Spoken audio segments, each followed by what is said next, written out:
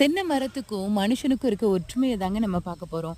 தென்னை மரம் பார்த்தீங்க அப்படின்னா, அதோடைய உடம்புல பார்க்குறீங்க இல்லையா? நெறைய வளையங்கள் வந்து இருக்கும். அதாவது ஒவ்வொரு ஓலைகளும் அதில வாழ்ந்து, கீழ விழுந்து மண்ணோட மண்ணா கூட போயிருக்குங்க.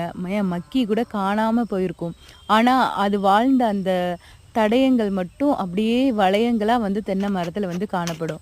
இல்லையா? ஸோ அதே மாரி தான் நம்ம லைஃப்ல எத்தனையோ விதமான கஷ்டங்கள், பாரங்கள், துக்கங்கள், ஏக்கங்கள், சில சாதிக்க முடியாத விஷயங்கள், இறப்புகள், இழப்புகள் இது எல்லாமே பார்த்தீங்க அப்படின்னா, தடயங்களா வந்து வளையங்களா வந்து காணப்படும். பட் நம்ம அதெல்லாம் வந்து பார்க்காம, இப்போ கூட போய் தென்னை மரத்த தொட்டு பாருங்க, அந்த வளையங்கள் எல்லாமே பளபளன்னு வளவளப்பா தான் இருக்கும். ஏறுறவங்களுக்கு அந்த தென்னை மரத்துல ஏறுறவங்களுக்கு எந்த விதமான காய்ப்புகளையோ, காயங்களையோ வந்து ஏற்படுத்தாது. ஸோ அதே மாரி தான் நம்ம கடந்த காலத்த மறந்து நிகழ்காலத்த வளமுடன் வாழணும். Thanks for